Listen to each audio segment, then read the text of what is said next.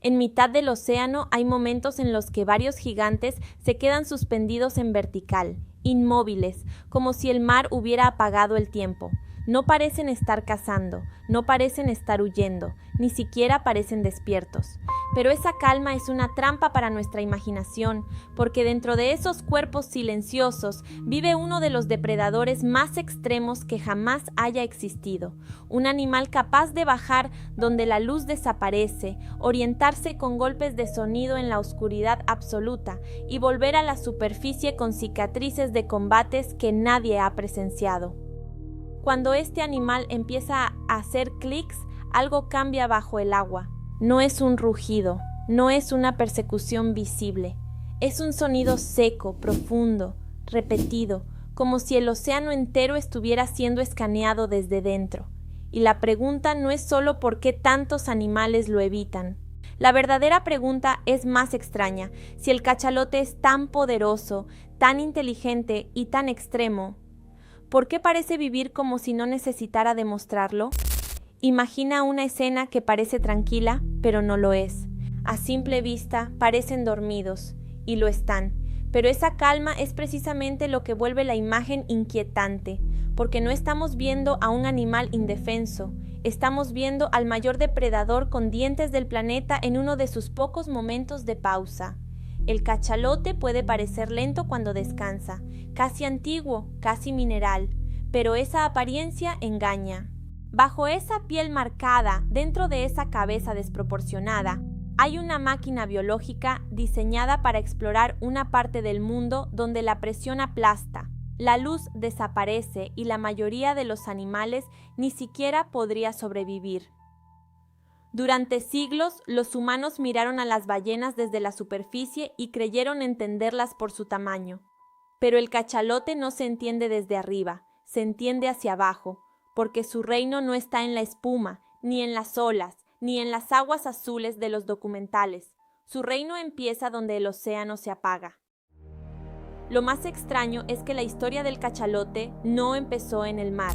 Como todos los cetáceos, desciende de antiguos mamíferos terrestres que hace decenas de millones de años vivían cerca de ríos, costas y zonas húmedas. Eran animales con patas, pulmones y cuerpos hechos para la tierra. Pero la evolución no avanza como una línea recta, avanza como una negociación brutal con el ambiente. Y el océano ofrecía algo que la tierra no podía ofrecer de la misma manera: espacio, alimento, rutas inmensas y un mundo casi sin fronteras. Poco a poco, aquellas patas se transformaron en aletas. Las extremidades traseras se redujeron hasta quedar como vestigios ocultos. El cuerpo se alargó, la piel cambió, la nariz migró hacia arriba y la respiración se volvió un acto calculado entre inmersiones. Pero el cachalote llevó esa transformación más lejos que casi cualquier otro mamífero. No se conformó con vivir en el mar, bajó. Y al bajar, el océano lo rediseñó. Un macho adulto puede superar los 18 metros y pesar decenas de toneladas. Su cabeza puede ocupar casi un tercio del cuerpo. Su cerebro es el más grande conocido en cualquier animal vivo. Y aunque un cerebro grande no significa automáticamente inteligencia como la humana, en el cachalote hay algo difícil de ignorar: memoria social, comunicación compleja, cooperación, aprendizaje, reconocimiento de grupo y una manera de moverse por el mundo que parece mucho más deliberada de lo que esperaríamos de una simple bestia enorme. En la naturaleza, muchos animales eligen una ventaja. Algunos son rápidos, otros son fuertes, otros son discretos, otros son inteligentes. El cachalote parece haber acumulado varias ventajas en un solo cuerpo imposible. Para entender por qué el cachalote impone tanto respeto, hay que olvidar por un momento los dientes. Sus dientes son enormes, sí. Su mandíbula puede parecer primitiva, casi brutal, pero su verdadera arma no empieza en la boca, empieza en la cabeza.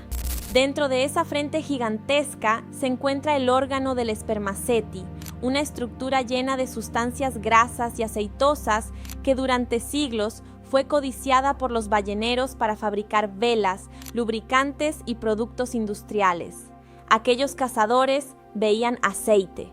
No entendían que estaban extrayendo parte de uno de los sistemas acústicos más extraordinarios de la naturaleza, porque el cachalote no caza como un tiburón, no depende de ver a su presa.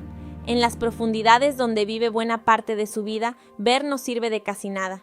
Allí abajo, la luz del sol no llega, los colores desaparecen, el mundo se vuelve negro, frío y aplastante. Entonces el cachalote hace algo que parece ciencia ficción. Convierte el sonido en visión. Emite clics poderosísimos que viajan por el agua, golpean objetos, animales, paredes invisibles de presión y movimiento, y regresan con información. Cada eco le dibuja un mapa. No un mapa plano, sino un mapa vivo, tridimensional, hecho de distancia, forma, densidad y movimiento. Una presa puede estar inmóvil en la oscuridad absoluta. Para cualquier otro cazador sería una sombra perdida. Para el cachalote es una presencia marcada desde dentro. Es como si el abismo se iluminara sin luz. Pero lo más inquietante no es solo que pueda emitir esos clics, es que puede ajustarlos. Cuando explora, los sonidos se espacian, como una linterna barriendo una habitación oscura.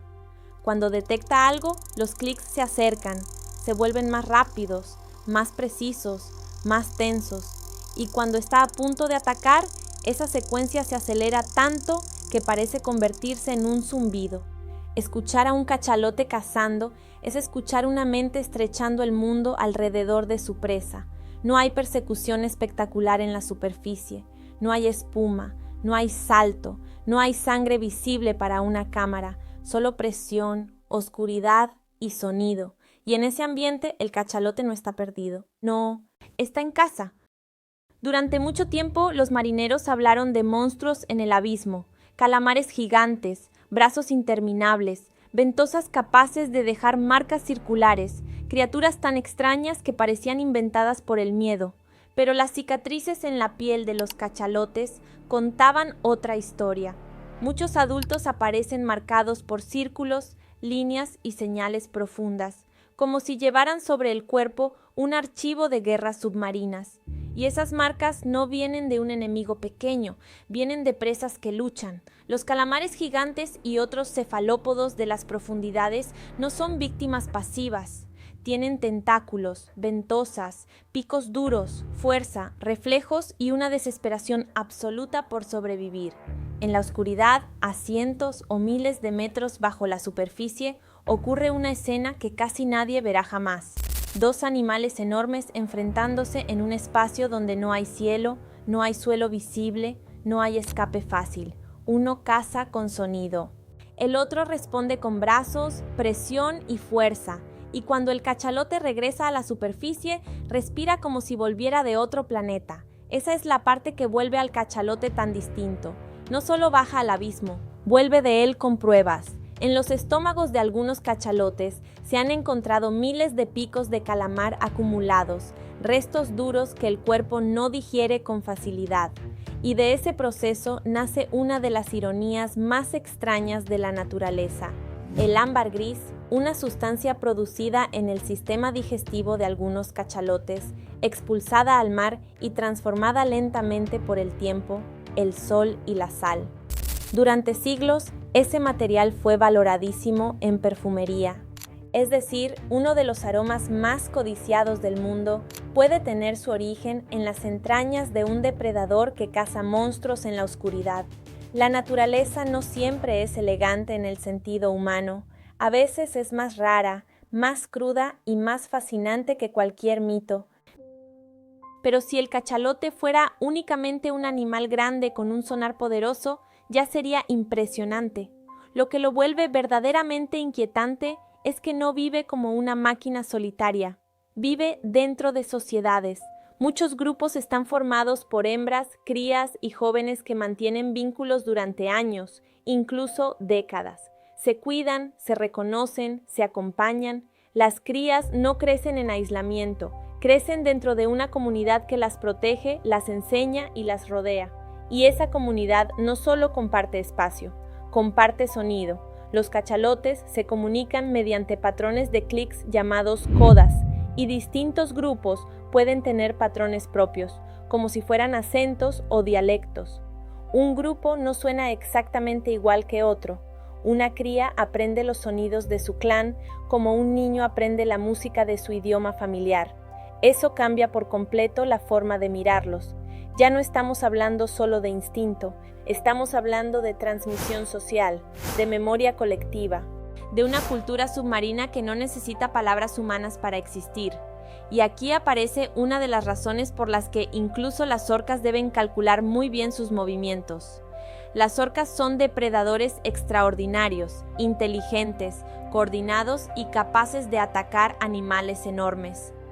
Pero un grupo de cachalotes no es una presa sencilla.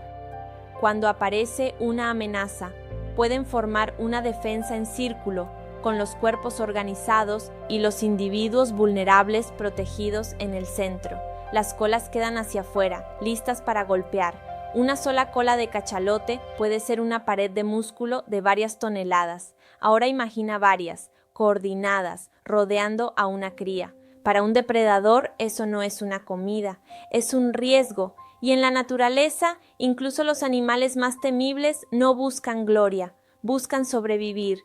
Si una presa puede herirte gravemente, si el combate puede salir caro, si el grupo está organizado y no se rompe fácilmente, el cálculo cambia.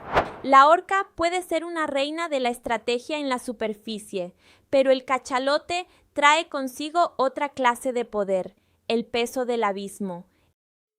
Entonces, ¿por qué el océano entero parece respetarlos? No es por una sola razón, ese es el error. No es solo porque sean enormes, no es solo porque tengan dientes, no es solo porque puedan sumergirse a profundidades extremas, no es solo porque emitan clics capaces de atravesar la oscuridad, y no es solo porque hayan peleado durante millones de años contra criaturas que parecen salidas de una pesadilla. Es la combinación. El cachalote es tamaño, sonido, memoria, presión, familia, cultura y estrategia en un mismo animal. Es un depredador que no necesita perseguir a la vista porque puede encontrar en la oscuridad. No necesita rugir porque su sonido ya atraviesa el agua. No necesita atacar siempre porque su sola presencia cambia el cálculo de quienes lo rodean. Y no necesita parecer feroz en la superficie, porque su verdadero rostro aparece donde nosotros no podemos seguirlo. Por eso hay algo profundamente desconcertante en verlo flotar en silencio. Desde fuera parece pacífico, casi lento, casi vulnerable. Pero dentro de esa calma está la historia de un mamífero que abandonó la tierra, conquistó la profundidad, transformó su cabeza en un instrumento acústico, convirtió el abismo en territorio de caza y construyó sociedades sonoras que apenas empezamos a comprender. El tiburón blanco impresiona porque vemos sus dientes, la orca impresiona porque vemos su coordinación, pero el cachalote impresiona por algo más difícil de aceptar. La mayor parte de su poder ocurre fuera de nuestra vista, y tal vez por eso inquieta tanto, porque nos recuerda que el océano no está dominado por lo que vemos, sino por lo que no podemos ver. Aún después de siglos de contacto, persecución, estudio y fascinación, el cachalote sigue siendo una criatura incompleta para nuestra comprensión. Sabemos medir su tamaño, sabemos registrar sus clics, sabemos seguir algunas de sus rutas, sabemos que desciende a profundidades donde la oscuridad parece absoluta.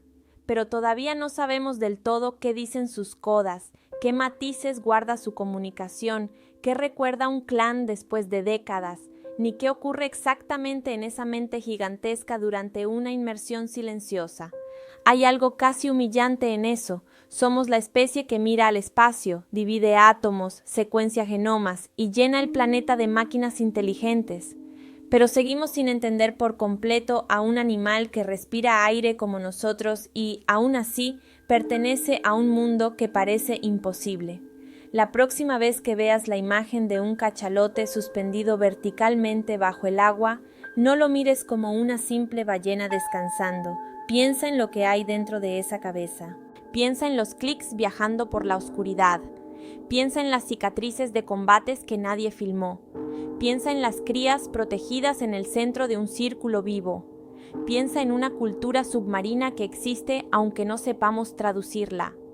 Para nosotros, el cachalote es fascinación. Para el abismo es una presencia antigua. Y para todo lo que escucha esos clics acercándose en la oscuridad, tal vez sea algo mucho más simple, la señal de que el océano acaba de cambiar de dueño. Y ahora dime algo en los comentarios. Si pudieras escuchar durante un minuto lo que un clan de cachalotes se dice en la oscuridad, ¿querrías entenderlo? ¿O crees que hay secretos del océano que quizás sería mejor no traducir jamás?